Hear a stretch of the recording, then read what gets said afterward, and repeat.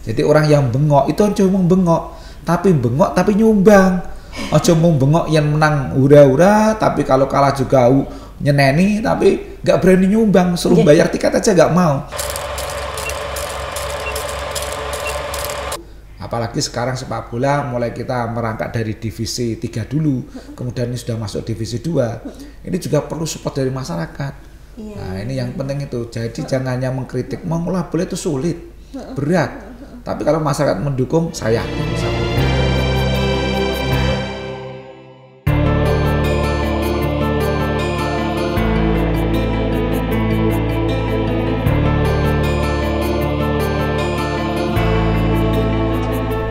Assalamualaikum warahmatullahi wabarakatuh, Bapak Edi Sujatmiko.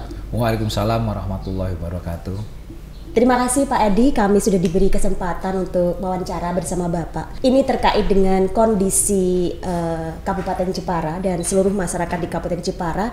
Kita ini sudah mulai bangkit kembali dari selama 2 tahun. Setidaknya kita terpuruk karena pandemi, dan ini kita semua sudah lega, diberikan kebebasan meskipun tetap harus waspada, Pak. Di sini banyak sekali generasi muda, terutama di Kabupaten Jepara ini yang mulai sedikit demi sedikit melakukan kegiatan begitu ya, Pak ya. Terutama ini karena kita selalu diminta untuk terus menjaga kesehatan, jadi di sini mungkin diminta juga kepada masyarakat di Kabupaten Jepara, generasi muda juga untuk selalu sehat, gemar berolahraga. Olahraga di Kabupaten Jepara ini prestasi dari masyarakat itu sangat banyak sekali, terutama di sini sepak bola, Pak. Sepak bola untuk Jepara ini kan pernah ketika itu ya, setidaknya ketika Bapak juga ikut andil di sana sekitar 10 atau 11 tahun yang lalu. Luar biasa keren untuk Persija Jepara ini. Bisa menjuarai di berbagai pertandingan, bahkan sempat menjadi trending waktu itu bahwa Persija ini luar biasa, menjadi kegemaran masyarakat Jepara, bahkan supporternya yang sampai sekarang itu menanti-nanti gitu loh, Pak, menanti-nanti untuk Persija ini gimana, kemana gitu.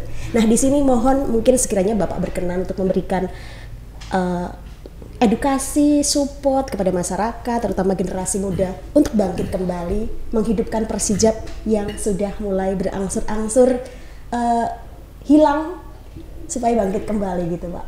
Monggo. Yeah. Terima kasih. Assalamualaikum warahmatullahi wabarakatuh.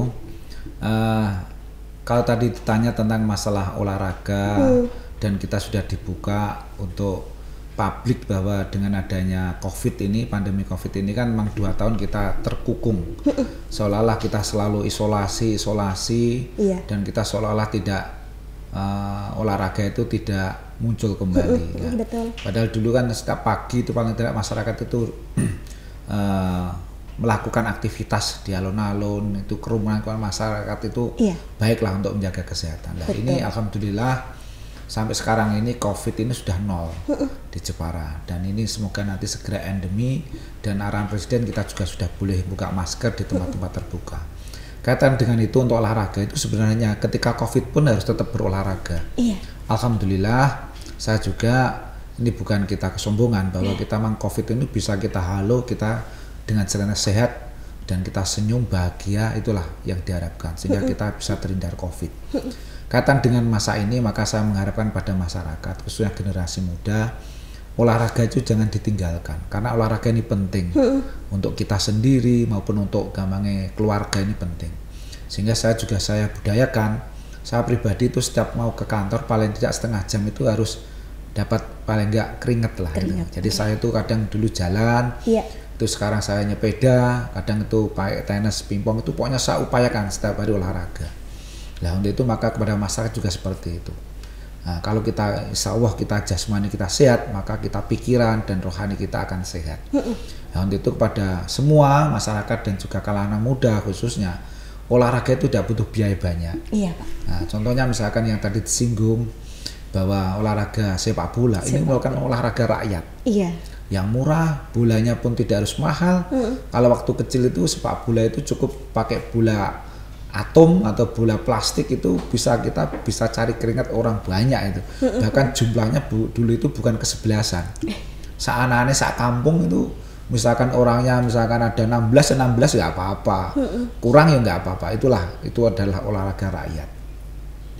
Kaitan dengan itu mari kita bangkitkan bahwa dengan olahraga yang paling disukai rakyat ini, penonton paling banyak olahraga menurut saya di dunia ataupun di Indonesia atau di kampung itu adalah olahraga sepak bola. Sepak bola, betul. Jadi boleh dibuktikan kalau sepak bola apapun itu pasti senang, sampai direwang tukaran itu karena cintanya.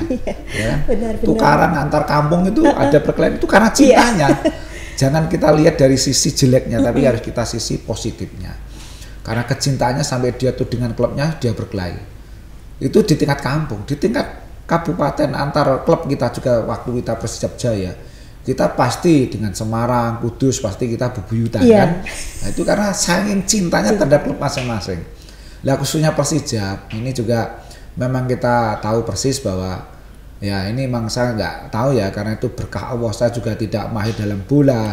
Tapi alhamdulillah dengan dulu ketika saya diangkat manajer itu alhamdulillah selama 5 tahun itu memang bisa menorehkan mulai dari divisi 1, divisi utama sampai Liga Super. Sampai Super League. Kopaji Samsu pun kita sampai final gitu kan, final di Sriwijaya di Palembang. Semua itu memang bukan karena saya, tapi menurut saya itu karena kecintaan masyarakat terhadap bola Jepara.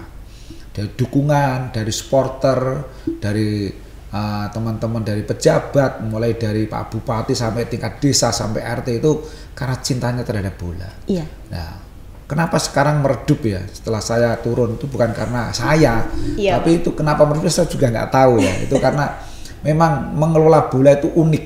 Iya. Kita tidak hanya koordinasi terhadap yaitu manusia yang bergelimangan ini, tapi harus koordinasi terhadap Allah sama pencipta. Bahwa ini merupakan wujud kerjasama semua masyarakat. Iya. Dan bola Persijap waktu itu memang didukung oleh semua masyarakat. Sampai supporter dulu kan masih ada baru Jetman sama Banaspati ya. Betul. Sekarang sudah banyak. Itu juga dulu hebat luar biasa. Iya. Jadi kerjasama. Nah itu maka ayo kita bangkitkan. Bukan berarti kita Persijap itu melemem, enggak. Mari kita bangkitkan olahraga ini dari rakyat untuk rakyat. Dari rakyat untuk Tapi jangan hanya olahraga ini milik pemerintah, bukan. Pemerintah juga sudah nggak mampu. Karena bola ini mahal dan juga misalkan kita sudah bilang gelontorkan kepada Persijap untuk ayo rakyat bangkit. Perusahaan banyak, yang penting kecintaan dan dulu itu juga saya ada yang saya katakan itu kalau ngeritik wani bengok wani nyumbang. Itu waktu saya. Jadi orang yang bengok itu cuma bengok, tapi nyumbang. Ojo mau bengok yang menang hura-hura, tapi kalau kalah juga nyeneni, tapi nggak berani nyumbang, suruh bayar tiket aja nggak mau. Maka dulu saya ada pojok itu di Suara Merdeka itu dulu itu wani bengok wani nyumbang. Kalau dia nyumbang di atas 5 juta, fotonya saya tampilkan. Wow. Itu ya, Pak? Dengan Pak Gito. Pak Gito itu saya kerjasama itu. Ya mungkin aneh. Sampai Pak Kapolres pada waktu itu nyumbang saya. Wow. Ya, betul itu. Gitu ya, boleh tanyakan waktu Pak Edi Suryanto lah. Inilah apa ya terobosan-terobosannya supaya gampangnya rakyat ini tidak hanya mengkritik, tapi juga berani membangun suatu olahraga sepak bola ini. Nah, maka dari itu apalagi sekarang sepak bola mulai kita merangkak dari divisi 3 dulu, kemudian ini sudah masuk divisi 2. Ini juga perlu support dari masyarakat. Nah, ini yang penting itu. Jadi jangan hanya mengkritik, mengolah bola itu sulit, berat. Tapi kalau masyarakat mendukung, saya yakin bisa mampu. Iya, Pak. Jadi kaitan Persijap saya lagi ayo kita bangkitkan dan olahraga ini juga atlet-atlet bola ini tumbuh dari masyarakat juga. Nggak usah jauh-jauh, apalagi kita misal dulu Emen itu kan orang Mayong kan, kecil juga. Iya. Tapi dulu itu pernah hat-trick itu pernah gampang. Iya, Emen itu orang Mayong itu. Iya. Itu juga hebat itu. Kan tidak sama Evaldo pernah hat-trick itu juga hebat. Evaldo memang dari Argentina. Iya. Brasil itu ya. Tapi juga dari Majong aja itu bisa hat-trick gitu. Nah, itu contohnya. Nah, ini jadi ayo yang penting semangat, tidak usah saling menyalahkan. Tapi mari bangkit bersama dengan kita harus bisa. Saya kira itu, Mbak. Iya, baik Pak Jatmiko, luar biasa. Jadi memori-memori saya ketika Bapak Jatmiko menyampaikan Jetman Banaspati, keingetan waktu itu, Pak. Saya awal-awal menjadi penyiar radio, ikutan liputan. Masih langsing dulu. Iya, masih langsing. Aduh. Masih langsing. Iya. Sekarang langsung. Dan waktu itu benar-benar keren dan luar biasa ya Pak ya, ketika Persijap selalu bisa memenangkan, menjuarai di mana-mana dan ini supporternya juga semangatnya keren dan benar-benar simpatisan masyarakatnya mendukung. Ini benar-benar nggak pandang apapun, terus mendukung dengan segala daya upaya seperti yang Bapak Jatmiko sampaikan tadi. Dan kondisi saat ini Pak, banyak sekali ketika kami survei di lapangan tuh ya, di masyarakat Kabupaten Jepara itu menginginkan situasi-situasi seperti itu gitu. Untuk membangkitkan para pemain, mungkin seleksi-seleksi seperti apa sih Pak yang harus dilakukan untuk mendapatkan pemain-pemain yang memang benar-benar tangguh, benar-benar mampu, benar-benar berkualitas di sini. Mungkin awalnya mungkin seleksi dulu, terus kemudian dukungan dari seluruh stakeholder masyarakat, dari rakyat untuk rakyat seperti yang Bapak Jatmiko sampaikan itu tadi. Gimana Pak untuk para pemain ini? Seleksinya harus bagaimana? Begini, jadi dulu saya tuh seleksi itu ya kita memanfaatkan dari potensi yang ada. Jadi kita kan juga punya klub-klub. Kita kan sudah ada kompetisi lokal ya, divisi 1, divisi 2, di sini kan juga ada lah. Itulah merupakan yaitu seleksi alam yang sudah dibuat rutinitas. Nah kita tinggal ngambil dari seleksi itu, kita harus kerjasama dengan yang ada di Persatuan Sepak Bola di Jepara ini. Kan ada yaitu PSSI di Jepara kan ada. Nah untuk itu maka kita manfaatkan rekrutmen, dan itu yang menyeleksi bukan daripada klub Persijap saja, termasuk dulu masyarakat tuh ikut nyeleksi. Jadi kita sampai kita dulu itu kalau cari pemain itu mendatangi di Kalinyamatan. Dari bawah dulu. Di Kalinyamatan kita ada tim kita, asisten dulu, asisten teknik saya. Dulu itu pasti terjun, ini ada, kita buat pertandingan. Tarkam lah misalkan di Kecamatan Kalinyamatan yang bagus itu kan Progodo itu yang di Kenari itu lapangannya itu. Kan itu cepat juga apa ya, kader-kader bola yang luar biasa. Itu kita suruh main aja. Main gitu, nanti kita cari, oh itu bagus, coba itu dipasang ini, kita ambil. Nah itu masing-masing kecamatannya, pusat-pusatnya itu Bang Sri, di mana Mbak Ate atau mana, itu kita cari, sehingga pemain kita wadah lah. Waktu itu terus kita ajak main ke dulu masih di Stadion Kamal Junaidi lah, kan masuk divisi utama lah. Itu di Kamal Junaidi itu nanti kita mainkan juga sama klub mana. Bolehlah klub sepak bola Persijap lama yang tua-tua itu nggak apa-apa, itu bangkit. Nah, itu kita ajak main, dan itu prosesnya seleksi nggak sama. Ya kita lihat mainnya bagus. Ya kita lihat tim kita, tim teknis, tapi juga tim supporter menentukan. Nah, supporter itu jangan istilah tidak objektif, harus objektif, jangan istilah subjektif. Jadi kadang kan gini loh, itu Pak rekrut nomor 10 gitu. Jangan karena sedulurnya terus kon ikut enggak. Tapi dulu alhamdulillah baik gitu. Jadi kita berjalan itu manajemen lapangan istilahnya ya baik, tidak ada saya jadi manajer terus misalkan Mas Yaki, wah itu harus ditikung, nggak bisa. Kalau pemainnya jelek nggak bisa. Akhirnya itulah yang saya gunakan manajemen lapangan. Kemana tim itu akhirnya saya walaupun punya hak untuk veto misalkan untuk prerogatif bahwa ini main, saya pun tidak mau. Saya pun misalnya bagaimana, saya kan nggak ahli bola juga kan awalnya, terus Mas Kendus gimana teknik ini. Kalau dia tak lihat juga subjektif, ya juga tak tinggal. Wah kamu nggak benar, misalkan anaknya kan misalkan orang yang duluri dia kan, saya juga nggak bisa. Saya silang misalkan siapa itu. Itulah saya gunakan itu. Terus nanti itu ketika pemain lokal, sehingga kita harus memanfaatkan pemain lokal itu enak, orangnya dekat, yang kedua mesti murah. Itu pun Emen itu akhirnya saya naikkan di atas 100 juta loh dulu. Itu karena apa? Dia protes tapi juga saya gregel. Pak, saya tuh hat-trick loh Pak. Kenapa harga saya masih di bawah 100? Dia bilang gitu. Oke saya naikkan betul itu waktu saya naikkan. Emen itu termasuk putranya Pak Jupri, macam-macam, mudah-mudahan bagus itu. Saya naikkan harganya sudah di atas 200 juta juga ada. Nah itulah saya gitulah. Khusus pemain yang didatangkan dari luar kota maupun asing itu yang menilai juga tidak hanya saya. Waktu misalkan untuk mendatangkan memang kita pakai prioritas, itu memang kita tim ya. Kalau kita melibatkan masyarakat kan nggak jadi, harus tim saya, terus kemudian kita, nah itu yang menilai itu nanti masyarakat. Weh Pak, misalkan Evaldo, kontrak, kita juga tidak emosi, kita lihat, dan itu juga bisa, nah itu biasa menghasilkan uang.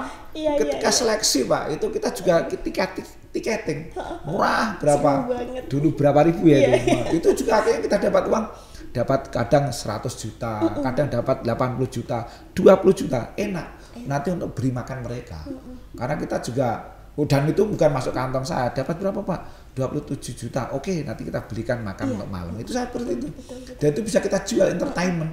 Jadi ternyata dengan seleksi itu juga ada uang gitu loh. Nah ini masyarakat juga kita buat entertainment. Maksudnya apa? Supaya dia juga, oh aku mau nonton seleksi, paling nggak iso gebor-gebor kontrak aku bayar 5.000 kan gitu. Iya. Nah itu dia juga ikut, jadi ikut andar beni akhirnya. Ketika itu betul-betul suaranya dia kita tampung walaupun belum tentu dia ya. Ketika misalkan Python itu kontrak walaupun dia tuh ngomong banter gitu, tapi juga hati kita memang sudah Python misalnya. Dan kita kontrak pasti dia itu ikut merasa memiliki Python. Nah itu apapun itu sampai dia punya rasa memiliki. Nah itu yang kita ciptakan, bahwa pemain itu bukan lahir dari manajer, bukan dari tim yang kita mengeluarkan, tapi main dari masyarakat. Itu yang terpenting. Kalau pemain itu nggak dicintai masyarakat, kita nggak punya penonton. Iya Pak. Nah pemain kita kan luar biasa. Pablo, Evaldo itu sudah berapa tahun itu kan lebih dari 5 tahun. Iya. Itu yang namanya Pablo itu dulu saya kontrak cuma berapa? Cuma 450 dapat 2. Dapatnya sama Charlie lah yang jadi pelatih sini. Tapi dijual ke Bandung jadi 800. Nah, itu contoh. Padahal pemain yang ecek-ecek. Nah itu bukan berarti apa-apa pelatihnya pintar enggak, manajernya pintar enggak. Karena yang menggulung mentah itu dia sudah minum air Jepara sehingga berubah. Nah, gitu. Luar biasa keren Pak Edi Sujatmiko, flashback ke belakang dan semangatnya berapi-api ya ketika. Nama Pak Junedi pelatih itu siapa itu? Di balik papan tuh asisten. Saya memilih dia tuh apa? Dia tuh orang istilahnya orang pribumi Indonesia, dia asistennya orang asing. Saya pikir dia angkat dari sini pasti bisa menaikkan rank kita, semangat. Nyatanya di sini 4 tahun dia melatih. Dan kita bisa naik sampai peringkat atas itu. Ya Pak Junedi.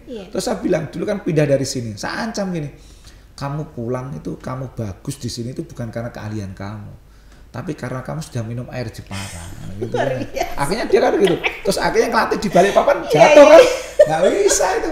Nah ini contohnya. Nah di sini Pak, kami juga waktu itu sempat melihat ya, ketika waktu itu panggilannya kan Bang Jun ya. Ya Bang Jun. Bang Jun itu ketika melatih kan memang benar-benar komitmen dan juga strategi dari Bang Jun ini keren dan luar biasa. Dan seperti yang Bapak Edi Sujatmiko sampaikan tadi, ada juga kekompakan di sini, rasa solid, rasa saling memiliki, kemudian handar beni untuk nyengkuyung semuanya seluruhnya.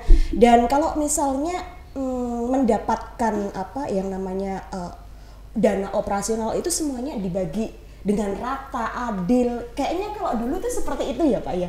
Mungkin strategi sekarang diterapkan dengan seperti yang strategi waktu dulu Bapak menjabat sebagai manajer dengan kondisi saat ini. Mungkin bisa menjadi seperti dulu Pak. Ini mungkin saja. Apakah seperti itu atau harus seperti apa gitu Pak? Kita itu pingin kembali seperti dulu gitu. Jadi gini ya, mengelola bola itu dulu kita tidak berpikir kita istilahnya dapat hasil. Jadi karena itu hobi dan saya diamanah itu supaya berat kita dalam pengertian kocak pribadi kadang juga sering keluar. Rela mengeluarkan. Karena apa? Coba misalkan kita kalau menang yang dapat bonus itu pemain. Manajer mengeluarkan bonus. Malah kalau nggak ada uang kita tutupan. Nah itu susah. Tapi kalau kita jajan sendiri itu jajan pakai uang kita sendiri. Tapi begitu kita ada masyarakat kadang juga tidak memahami, tapi harus kita latih. Begitu menang saya jajan di restoran makan dengan anak-anak saya, itu sebenarnya saya tuh ingin gampang menyenangkan anak saya. Kalau anak saya waktu itu keluarga saya itu ketika main Persijap itu dia takut Pak, tidak berani nonton. Anak saya tuh sampai yang nomor 2 tuh nggak berani nonton. Dia nontonnya mah di kamar ngumpet itu. Begitu menang dia hore, papa menang. Nah, akhirnya karena anak itu senangnya kalau menang jajan senang, dia gembira. Itu ada yang ngomong gini, masyarakat, bos dapat bonus ya habis menang ya, saya nggak dibagi-bagi loh. Kita keluarkan bukan untuk kita, untuk pemain kan gitu. Nah itu juga dan kita bonus itu juga saya juga sejak dulu juga harus mendidik pada pemain. Bonus itu merupakan istilahnya imbalan berkah. Jadi karena pemain kan memang banyak yang istilahnya berpola itu tidak berkah, tapi berpolanya itu sebagai materialistis. Aku main menang bayar kan gitu ini. Profesional kan gitu. Main kalau mau berkah itu ya istilahnya harus berkah betul. Dapat uang itu mudah, tapi keluarnya juga mudah loh. Kalau tidak berkah saya bilang gitu. Ada salah satu pemain yang juga saya omongin, dapat rezeki itu harus disyukuri. Jangan sampai dapat rezeki dapatnya mudah menghina orang yang dapat rezekinya sulit. Pemain bola dulu kan ada yang pegawai juga. Saya omongin ada yang istilahnya ya ria ataupun mungkin sombong. Gaji pegawai itu berapa? Satu kali main itu bonus saya sudah untuk gaji pegawai. Iya Pak. Gaji pegawai paling 1 juta dulu kan PNS. Nah itu bonus itu 1 kali main dia mungkin bisa dapat 2 juta. Nah itu kan melebihi itu. Nah, dia kadang sombongnya gitu. Jangan saya minta. Iya, padahal waktu itu saya juga camat, terus kepala dinas itu. Iya. Saya juga tidak berpikir itu. Nah, harus kita syukuri semuanya. Nah, itu saya harapkan. Terus bonus itu ditetapkan berdasar ke poin supaya adil. Betul. Dari poin dia main berapa jam, dia sebagai apa, kalau dia mungkin gol itu harus dapat poin berapa. Sehingga pemain juga misalnya merasakan adil. Nah itu. Pelatih pun gitu. Pelatih pun saya minta juga harus gampang dapat bagian, tapi juga jangan bahwa ini harus pelatih saya, tapi harus merasa bahwa ini satu tim. Kadang pelatih yang ego kan bisa, kamu tuh bisa menang karena yang latih saya kan gitu, harus bagi saya, itu nanti dia berkah. Jadi bonusnya dipotongi, kan itu juga nggak berkah. Tapi saya manajer nggak pernah minta, jajaki pernah kok. Tapi nggak apa-apa, makan bersama itu sudah bersyukur. Jadi saya dulu kalau di mes itu kadang saya ikut makan di situ bukan karena ingin jatahnya dia. Makan bersama itu merupakan kebanggaan. Bahwa manajer pun makannya sama. Itu yang harapkan. Jadi kebersamaan itu yang terpenting. Iya Pak. Jadi bersama semua kami ketika itu juga ikut bahagia, ikut bangga. Kira-kira kalau sekarang ya Pak, kesalahan-kesalahan apa sih Pak sebetulnya yang terjadi kok sampai ketika waktu Bang Jun melatih terus Bang Jun meninggal, sepeninggalan Bang Jun ini berganti-ganti terus pelatih, berganti terus sampai sekarang berganti-ganti sampai Covid datang ini, kok kayak makin surut. Sebetulnya apa sih Pak yang terjadi gitu? Kesalahan apa sih yang perlu dibenahi oleh para pemain di Jepara ini, juga para supporter di Jepara ini, masyarakat seluruh Kabupaten Jepara ini supaya bisa bangkit kembali seperti dulu? Jadi kalau untuk membangkitkan Persijap ini memang harus semua pihak harus bekerja sama baik, tidak boleh mengatakan suudon. Betul itu kadang, karena tidak mudah. Saya percaya juga untuk yang mengelola tim ini kan sponsor dari Oasis ya, Amran itu juga. Itu saya kira juga pusing. Tapi apapun itu, ayo kita bareng-bareng, jangan disalahkan. Masyarakat pun harus kita didik ataupun kita edukasi supaya masyarakat tidak mudah menyalahkan, yang terpenting itu.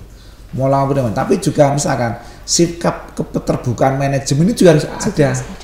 Contohnya misalkan dia punya pemain yang lokal yang disukai, itu kadang pelatih pun ada subjektif. Oh aku ini ingin Mas Emen misalkan itu. Nah itu tidak, masyarakat juga tidak boleh ego, tapi harus objektif. Nah satu sisi pelatih maupun manajemen juga harus terbuka. Jangan kalau Mang Emen ini baik terus kemudian karena saya punya orang dari sini, bawaan saya, jangan dipaksakan. Yang penting saya terbuka. Kalau baik katakan baik, dan memang lokal itu juga harus diwadahi. Diwadahi. Orang ketang itu dalam pengertian dia cadangan atau apa, tapi paling tidak diberikan kesempatan. Betul. Belum tentu cadangan itu jelek. Nah itu belum tentu lah. Marilah kita terbuka. Kalau baik itu kan main itu pasti juga pelatih akan kena imbasnya. Misalkan sudah nggak dipasang, tapi masyarakat suatu saat dia pengen mengeluarkan ya harus diakomodir. Sehingga masyarakat itu nonton itu bukan nonton suatu. Nah, kadang ini Mbak, pengelolaan profesional ini yang kadang juga menjadi salah. Pemain juga kadang, saya tidak menyatakan, tapi kadang juga terlalu memprofesionalkan diri, sehingga dia belum waktunya dia mengatakan profesional. Contoh misalnya, pemain ini harusnya tahu kemampuan keuangan berapa gitu. Kadang menuntut, menuntut ini kalau dia aku kan profesional, jangan gitu. Harus sama untuk membangun daerah. Nah kemudian juga manajemen juga gitu, jangan sampai aku yang biayai. Terus ini saya punya uang, jangan itu. Marilah kalau mau bola itu, mari kita kebersamaan, karena yang nonton masyarakat. Ya gitu kan gitu. Yang mencintai masyarakat. Satu sisi juga yang lain, supporter. Itu ojo mau wangin bengok, ojo mau nyalahke, tapi mari kita bangkitkan semangat. Bayangkan, sekarang bola profesional dibiayai oleh suatu perusahaan. Wis kalah, kono ra urun malah bengok ngelek-ngelek. Lho ora serik. Kecuali kono melu urun, melu ngamuk-ngamuk, itu wajar. Nah ini juga harus kita among rasa. Jadi sebagai pemain bagaimana, sebagai manajer bagaimana, sebagai masyarakat penonton dan sebagai supporter, ayo jangan suudon. Mari kita bangkitkan bersama untuk Jepara Persijap kita bisa untuk maju. Saya kira itu. Itu yang sebetulnya harus diterapkan saat ini ya Pak? Iya, harusnya gitu. Iya, iya. Dan untuk Jepara sendiri Pak, kira-kira himbauan seperti apa kepada masyarakat seluruhnya? Tidak hanya cabang olahraga saja. Untuk semua cabang olahraga di Kabupaten Jepara, kita semua itu punya potensi di seluruh cabang olahraga, termasuk juga sepak takraw ini juga luar biasa keren gitu. Terus kemudian cabang olahraga yang lain, bulu tangkis, ada renang, kemudian tenis lapangan dan lain sebagainya. Di sini kaya akan pemain-pemain handal Jepara. Himbauan kepada masyarakat lah Pak, seperti apa kira-kira untuk terus kita bangkit buat olahraga di Kabupaten Jepara. Selain sehat untuk kita, sehat untuk masyarakat, sehat juga untuk Jepara. Jepara keren, Jepara maju, Jepara bahagia. Silakan Pak. Jadi gini, olahraga itu manfaatnya luar biasa. Jadi mari dalam semua bidang Jepara tadi sampaikan bahwa punya sepak takraw, punya bulu tangkis, punya renang. Bahkan saya ingatkan nanti di bulan ini, Juni ini nanti ada event renang yang skalanya yaitu Jawa Tengah. Yang itu nanti dihadiri kurang lebih 1.000 daripada atlet-atlet yang ada 300 atlet renang di Jawa Tengah. Dan itu pasti pendampingnya kan ada ibu, bapak, anak itu kan pasti menjadi supporter. Jadi nanti Juni tanggalnya berapa saya lupa itu nanti menjadi event yang luar biasa. Itu renang. Sepak takraw kemarin juga sudah ada kompetisi. Betul. Ini nanti ke Jurda Prof nanti juga di Jepara. Nanti kita akan agendakan nanti juga di bulan Juli lah. Inilah olahraga ini kalau mau masyarakat ini semua masyarakat Pak, ayolah kita bangkit. Keberhasilan kita bisa sehat itu insya Allah kita mencari nafkah juga sehat. Kalau kita wong kadang yang olahraga masih sakit, apalagi tidak olahraga gitu ya itulah. Makanya kita harus tetap berolahraga semua. Bisanya apa? Mari silakan. Olahraga itu yang penting gerak, yang penting bisa mengeluarkan istilahnya kita kelenturan otot dan kita bisa berkeringat dan kita bisa, itulah mari kita upayakan. Pagi boleh, sore boleh, siang kalau menurunkan badan juga boleh kan. Olahraga itu enak saja, malam nge-gym juga boleh. Wes boleh lah. Yang penting jangan olahraga lari pada malam hari. Nanti dikira maling. Jadi saya mengajak ayo kita bangkit Jepara, kita berolahraga sehingga kita tadi semua sehat. Dan olahraga pasti ada manfaatnya, minimal untuk diri kita sendiri. Betul. Mungkin sedikit saran Pak, karena kita semua di cabang olahraga jadi butuh biaya banyak ya Pak, tidak memungkiri di situ. Saran lah untuk pembiayaan di Kabupaten Jepara ini harus bagaimana, kekompakannya harus seperti apa begitu, untuk urusan dana ini. Sebenarnya bukan bola ya, semua olahraga itu memang butuh biaya. Tapi biaya pun itu tidak harus dari pemerintah. Biaya itu dari masyarakat. Dulu nggak ada, zaman saya kecil itu olahraga itu di daerah itu kalau mau minta meja pingpong harus ke koni meja pingpong nggak, bola nggak pernah kita minta bola, mau volley minta net nggak pernah itu, pasti kita pakai balafiah itu, kita blebet sama jarit kemudian sama itu pun sudah seneng itu, belinya murah itu, mau sepak bola pakai atom juga bisa, apalagi sekarang bola-bola itu bisa semua. Nah, namun sekarang juga bukan berarti pemerintah saya sebagai pemerintah misalkan wah itu paling sekdan itu cara yang ngirit duitnya ben ora dijalui rakyat, bukan itu. Pak. Maksudnya apa? Supaya kita kembalikan marwahnya bahwa olahraga itu walaupun butuh biaya, tidak harus biaya yang besar. Sebenarnya pemerintah tuh hadir dengan masyarakat ya mari bersama-sama, tapi jangan ditetek wah ini biaya mahal terus pemerintah nggak kasih sih kan itu. Mari kita bersama-sama, olahraga ini biayanya bisa murah juga. Dulu nggak ada yang namanya entertainment misalkan untuk volley itu nggak ada, minta bantuan pemerintah nggak ada. Ngomong itu dibuat bayar aja mau nggak kan gitu, bisa untung nggak gitu lah. Pemerintah kan wah mau membuat event volley mau bantuan sekian, silakan, tapi sesuai kemampuan masyarakat, kemampuan pemerintah. Yang penting pemerintah juga bisa mensupport. Tapi harapan kami jangan menggantungkan support sama pemerintah, tapi buatlah Anda itu berbuat baik kepada pemerintah. Apa yang Anda buat? Contohnya misalkan Anda misalkan sepeda downhill seperti kemarin. Atlet SEA Games, nah itu kan pulang dari SEA Games, alhamdulillah pemerintah juga bisa memberikan bonus 35 juta, itu kan berkah. Kalau sampai yang dulu, yang Asian Games dulu ya, itu kan bonusnya yang dapat emas kan 100 juta, itu kan luar biasa. Nah itu, jadi itu merupakan berkah tambahan. Tapi jangan gini, wah itu dapat gitu saya kok nggak dapat itu merupakan berkah tambahan. Yang terpenting punya uang nggak punya uang tetap olahraga kan itu. Kalau memang butuh pemerintah juga bisa hadir. Yang penting jangan terpikir bahwa olahraga mahal sehingga saya itu harus berolahraga bila punya uang, jangan gitu. Punya uang nggak punya uang ya Mas ya, harus tetap berolahraga. Gitu, semangat. Nah, saya kan gitu. Susah senang tetap olahraga. Gitu. Ya. Karena itu sehat ya Pak ya. Alhamdulillah, semoga sehat itu. Alhamdulillah. Baik, terima kasih Pak. Yang terpenting adalah kekompakan bersama dan saling mendukung itu ya Pak ya. Buat Jepara, untuk Jepara memasyarakatkan olahraga dan mengolahragakan masyarakat tadi. Dan terima kasih atas semuanya. Kami semua adalah Ngang Sukaworo karena Bapak pernah berjaya di cabang olahraga juga. Cuma kita sama-sama. Jadi, terima kasih Pak. Sama-sama. Assalamualaikum warahmatullahi wabarakatuh. Waalaikumsalam warahmatullahi wabarakatuh.